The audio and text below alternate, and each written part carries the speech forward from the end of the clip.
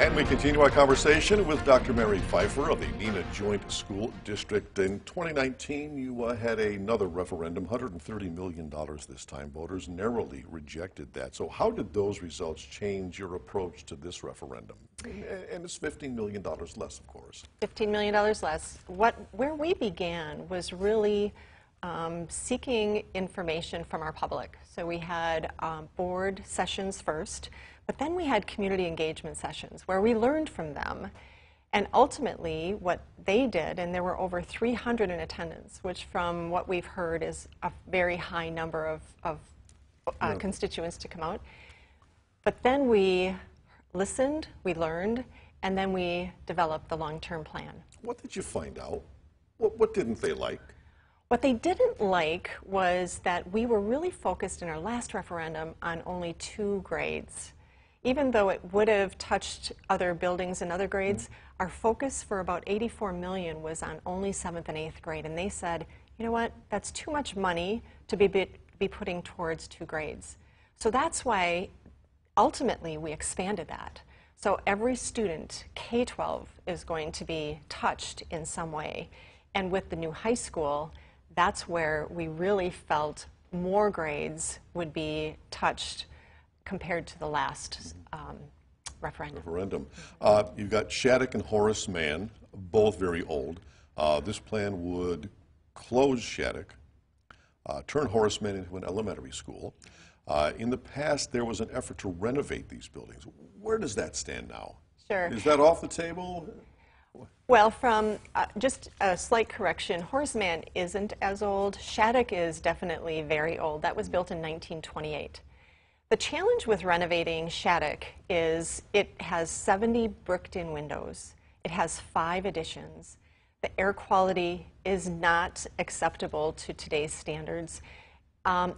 We talked about renovating it, and in both questions, and our community has spoken, they don't want renovating. They don't want to put some money into that because there's no long-term plan of how much more we're going to have to improve those sites. And think about being a student. Think about being a teacher. Thinking about being even a parent sending their children there. That's really where our board struggled. If the project does pass, the referendum passes, when do things begin and when do you think it'll be completed? Well, our timeline is pretty aggressive. We are anticipating that the new high school will be built in 4 years. All other renovations will begin after the planning phase, of course. So safety and security will be completed, some as soon as this summer.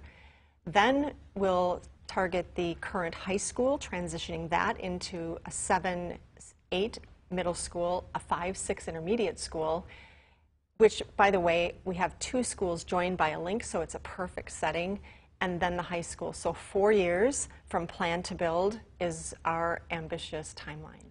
Now, the last time that you had a referendum was really 1994. That goes back 26 years, and obviously you weren't part of that. Were former administrations kicking the can down the road? How did we get to this point where we are in such need right now? It's a great question. And it was really in 1995 when we had built the link, and that was at our current high school. From my perspective, 2 decades ago, there should have been a long-term plan. There was no long-term plan for all of our facilities, and instead, there was a choice to start renovating some pieces of our buildings. This plan is, from my perspective, very student-centered and very future thinking, because it won't just help our kids 4 years from now, it's going to help our kids generations from now. And so that's really, and for that matter, our entire community. That's what this plan has that no other plan had in the past. And how does the plan address school safety? School safety is, of course, significant.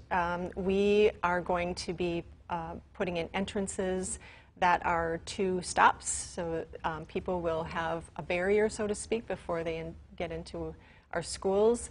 There will be partition walls, and there's other safety features that we'll have as well. Related to the new high school, just think of that as a clean slate for us to have the top of the line security for our students and community there as well. Now, in a moment, we're going to talk with Andrew Thorson, and he will speak to the financial side of this. But before we part company, your final pitch to the voters of Neenah as to why this should pass, why you consider it a must. I feel this is a plan that's a long-term, community-driven solution. It's a plan that's going to focus on children as we should. It's going to be one that provides hope for our future, and it's going to be sustainable for decades. That's where this long-term plan, I feel, is the best solution that will help Neenah and the entire community. Superintendent Mary Pfeiffer, thanks so much for being with us this morning. Thank you. We have much more to come on this topic, so please stay with us. We talk with Business Services Director Andrew Thorson right after this.